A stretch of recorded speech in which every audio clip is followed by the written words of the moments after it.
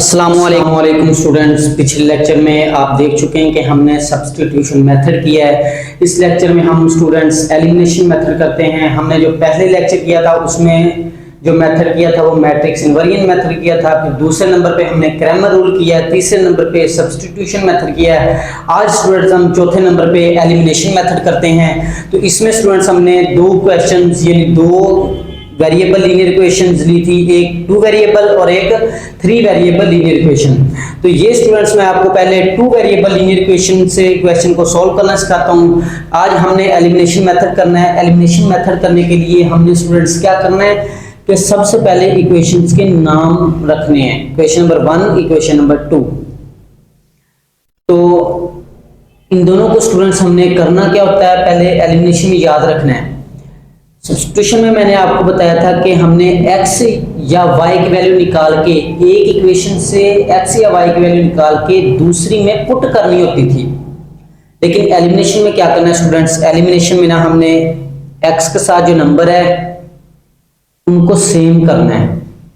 Elimination में क्या करना है, x के साथ जो नंबर हैं उनको सेम करना है, चाहे x वालों को सेम कर लें चाहे y वालों को सेम कर लें। ये स्टूडेंट्स आपने याद रखना है। एलिमिनेशन में करना ही ये होता है।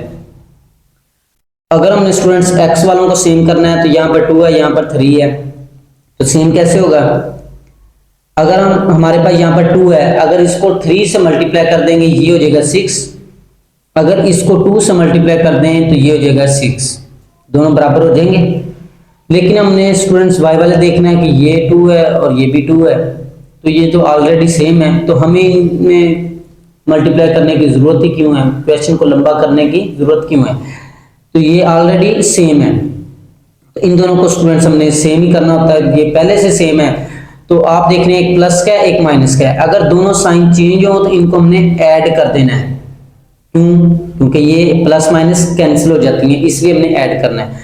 अगर ये सेम हो, एक दोनों माइनस हो या दोनों प्लस हो, तो फिर सब्ट्रैक्ट करना है, क्योंकि सब्ट्रैक्ट करने से साइन चेंज हो जाती है। एक माइनस हो तो दूसरी, अगर माइनस है तो वो प्लस हो जाएगी, चेंज हो जाएंगे, फिर कैंसिल हो जाएंगे। तो अब स्टूडेंट्स हमारे पास एक माइनस है एक प्लस है, तो सेम है, यानी दोनों चेंज हैं, इन दोनों को हमने ऐड कर देना है। एडिंग इक्वेशन 1 और 2। तो आप देख रहे हैं स्टूडेंट्स हमने इक्वेशन 1 और 2 को सेम इसी तरह लिख लिया। 2x minus 2y equal to 4, यही 2x minus 2y equal to 4, और नीचे है 3x plus 2y equal to 6, इसी तरह हमने लिख लिया 3x plus 2y equal to 6। तो आप देख रहे हैं स्टूडेंट्स ये माइनस का 2y है, ये प्लस का 2y, तो कैंसिल हो गया। ये 3x और ये 2x, ये स्टूडेंट्स हो गया 5x, और ये रह गया 4 और 6, ये हो गया 10। तो आप देख रहे हैं स्टूडेंट ये 5 इधर मल्टीप्लाई रहा है, इधर आकर डिवाइड हो जाएगा, तो ये हो जाएगा 5 2 10, तो x का आंसर आ गया 2। अब हमने स्टूडेंट्स y का आंसर निकालना है। तो y का आंसर निकालने के लिए x का जो आंसर आया ना, ये हमने इक्वेशन 1 या 2 जिसमें मर्जी पुट कर दें तो हमारा y का आंसर आ जाएगा। तो यहाँ पे मैं पुट करता हूँ, put the value of x in equation 1। तो स्टूडेंट्स मैंने इक्वेशन नंबर 1 में पुट किया है, तो x की जगह हमने x का आंसर लगा देना है 2। तो यहाँ पर देखें 2 इंटू 2, x की जगह हमने स्टूडेंट्स 2 लगा दिया। आगे माइनस 2y, सेम इसी तरह माइनस 2y, आगे इक्वल टू 4, यानी यहाँ पर 4 है तो सेम इक्वल टू 4 लिख देंगे। तो ये हो जाएगा 2 to 4 minus 2y equal to 4, same इसी तरह। अब ये 4 देखिए प्लस का, इधर आकर हो जाएगा माइनस का 4, तो 4 में से 4 निकालेंगे 0, तो ये माइनस 2y, तो माइनस 2 इधर मल्टीप्लाई हो रहा है, दूसरी साइड पर जाके डिवाइड होएगा, तो 0 से जिसको भी डिवाइड करें तो ये आंसर 0 ही हो जाएगा। तो y इक्वल टू 0, तो इसमें बाद में हमने सोल्यूशन सेट लिख देना है कि x का जो आंसर आया, x का आया 2, तो पहले हमने x का आंसर लिखना है, फिर y का आंसर लिखना है। तो पहले x का आंसर 2 लिखा, फिर y का 0, तो ये होता है हमारा स्टूडेंट सोल्यूशन सेट। तो स्टूडेंट मैंने आपको ये आंसर चेक करने का तरीका भी बताया था कि जो x और y का आंसर आए तो वो आपने इसमें से किसी भी क्वेश्चन में पुट कर दें, तो लेफ्ट और राइट का आंसर सेम आ जाए, तब हमारा आंसर ट्रिग्यू हुआ है।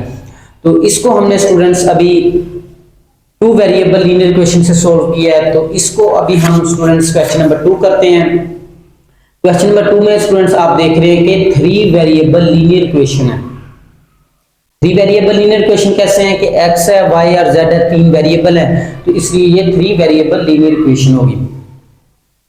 इसको हमने स्टूडेंट्स कैसे सॉल्व करना है, इसको भी हमने जो क्वेश्चन नंबर 1 किया सेम इसी तरह ही करना है। तो तो कैसे करना है, इसमें 3 वेरिएबल है तो हमने इनमें एक वेरिएबल खत्म करना है, पहले इसको हमने 2 वेरिएबल में चेंज करना है, ये याद रखना है। तो चेंज कैसे होगा, इसमें ना स्टूडेंट्स पहले हमने क्या करना है कि कोई भी 2 इक्वेशंस लेंगे हम, उनको सेम करना है।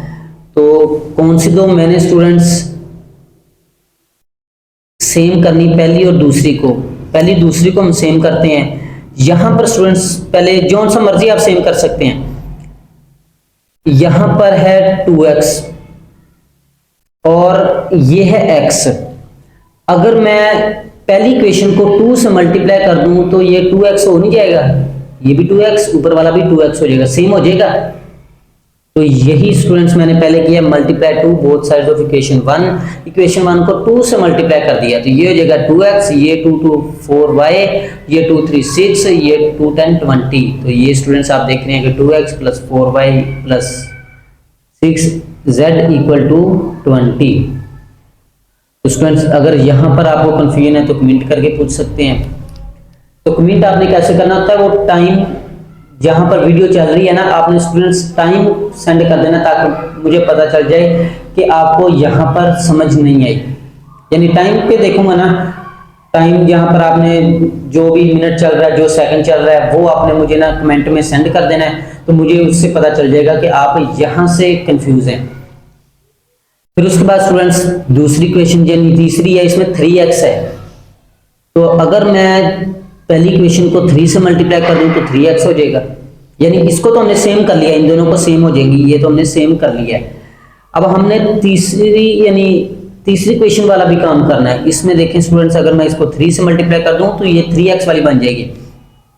तो इसको 3 से मल्टीप्लाई करेंगे ये हो जाएगा 3x, इसको 3 से मल्टीप्लाई करेंगे ये हो जाएगा 6y, इसको 3 से मल्टीप्लाई करेंगे ये हो जाएगा 9z, इक्वल टू 3 से मल्टीप्लाई करेंगे ये हो जाएगा 30। तो आप देख रहे हैं स्टूडेंट्स इसी तरह 3x + 6y + 9z = 30। तो ये स्टूडेंट्स मैंने 3 से मल्टीप्लाई किया है, यानी ऊपर लिखा भी हुआ है multiply 3 both sides of equation 1। यानी एक इक्वेशन को हमने मल्टीप्लाई करके दूसरी 2 इक्वेशनों के नंबर बनाने हैं। तो उसके बाद हमने स्टूडेंट्स ये देखें कि इक्वेशन नंबर, इसको 4 का नाम दे दिया, इसको 5 का नाम दे दिया। अब देखें ये इक्वेशन नंबर जो 4 है उसका वेरिएबल, यानी शुरू पे देख लें कि वेरिएबल के साथ नंबर है और 2 के साथ 2x वाला सेम है, ये दोनों सेम है, यानी 2x प्लस का, ये भी प्लस का है। तो दूसरी और हमने चौथी को स्टूडेंट सब्ट्रैक्ट कर देना है। यहाँ पे देखेंगे subtract equation 2 from 4, equation number 4 लिख ली, ये लिख ली 2x + 4y + 6z = 20, और फिर 2 इक्वेशन लिख ली, ये 2x - 3y + z = 1, यहाँ पर लिख लिया 2x - 3y + z = 1। तो जब भी स्टूडेंट सब्ट्रैक्ट करना होता है तो आपको तो पता है कि साइन चेंज करने होते हैं, प्लस है माइनस हो गया, ये माइनस है प्लस हो गया, ये प्लस है तो माइनस हो गया, ये भी प्लस है तो माइनस हो गया। तो जब ये -2x हो गया तो प्लस का 2x माइनस का 2x कैंसिल, ये + 4y + 3y, ये हो गया स्टूडेंट 7y। आगे ये प्लस का 6z है, माइनस का z है, तो 6 में से एक z निकालेंगे तो 5z। अब यहाँ पर -1 है, 20 में से 1 निकालेंगे तो 19। तो देखें आप स्टूडेंट्स ये 2 वेरिएबल रह गए, एक यानी x कैंसिल हो गया, 2 वेरिएबल बन गए। इसको इक्वेशन नंबर 6 का नाम दे देना।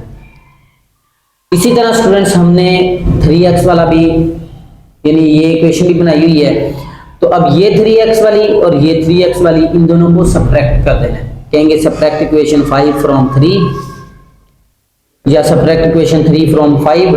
तो हमने ये इक्वेशन नंबर 5 लिख ली, देखें कि ये इक्वेशन नंबर 5 है, ये हमने इक्वेशन नंबर 5 लिख ली।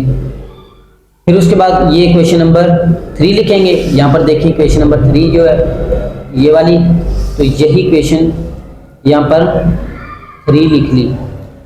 फिर इनके साइन चेंज कर देने, प्लस है तो माइनस, ये प्लस है तो माइनस, ये माइनस है तो प्लस, ये प्लस है तो माइनस, तो ये भी 3x प्लस का और -3x कैंसिल। तो 6y में से 1y निकालेंगे तो 5y, 9z और ये 2z, ये हो गया 11z।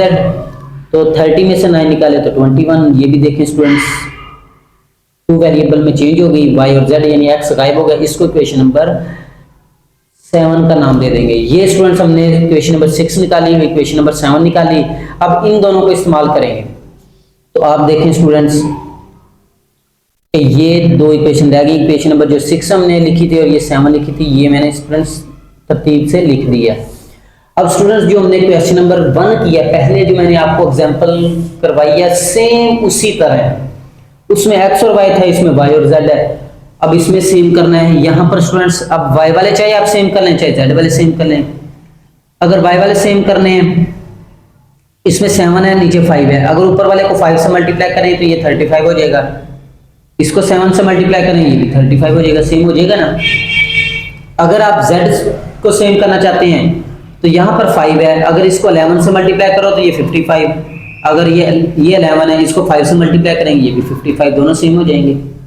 चाहे जिससे मर्जी आप स्टूडेंट्स आप कर सकते हैं। मैंने स्टूडेंट्स यहाँ पर y को सेम करके किया है, तो यहाँ पर हमने 7y है, यहाँ 5y है, तो 5 से मल्टीप्लाई करेंगे ये हो जाएगा 35, इसको 7 से मल्टीप्लाई करेंगे ये भी 35।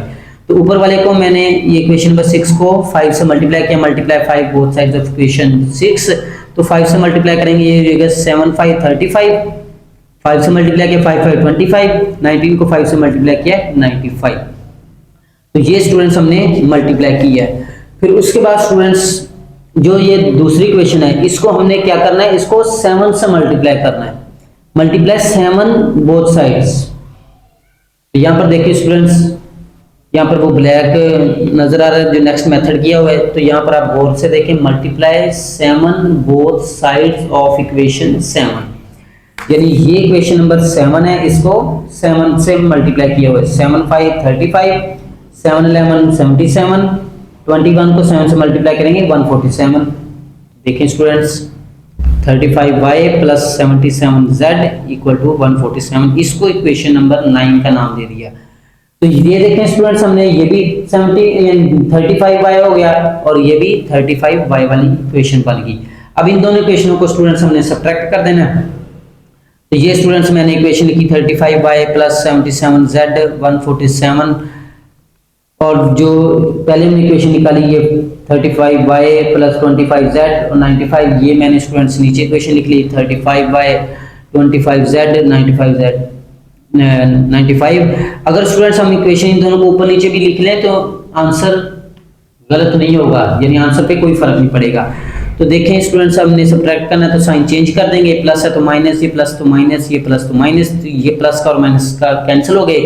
तो 77 से 25z माइनस करेंगे ये आ जाएगा 52z, और 147 से 95 माइनस करेंगे तो 52।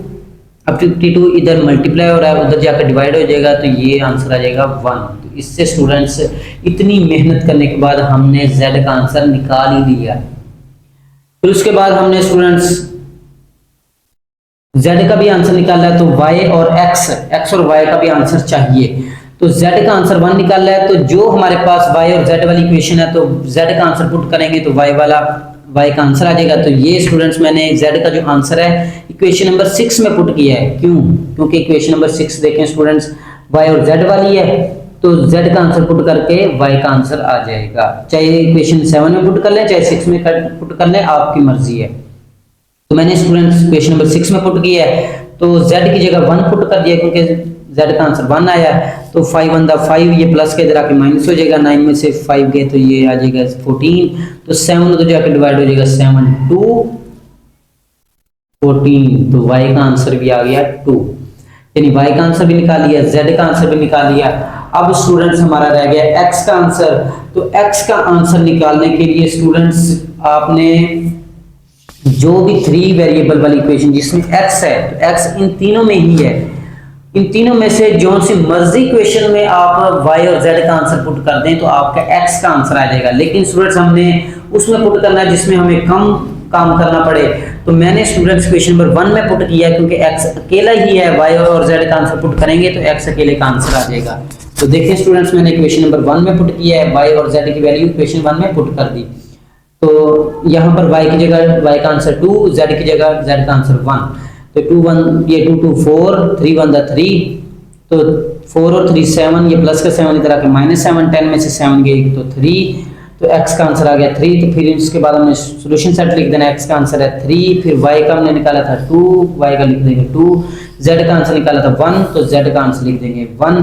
तो ये है स्टूडेंट्स हमारा सॉल्यूशन सेट। अगर स्टूडेंट्स आपको यहाँ तक कोई कन्फ्यूजन हो तो कमेंट करके पूछ सकते हैं। तो स्टूडेंट्स अगर आपको वीडियो अच्छी लगे यानी ये लेक्चर आपको अच्छा लगे तो वीडियो को लाइक करें, शेयर करें। तो स्टूडेंट्स अल्लाह ताला आपको कामयाब करे। ये था हमारा आज का लेक्चर। नेक्स्ट लेक्चर में स्टूडेंट्स हम क्रॉस मल्टीप्लिकेशन मेथड करते हैं। तो स्टूडेंट्स बने रहिए। Thank you very much. अल्लाह हाफिज़।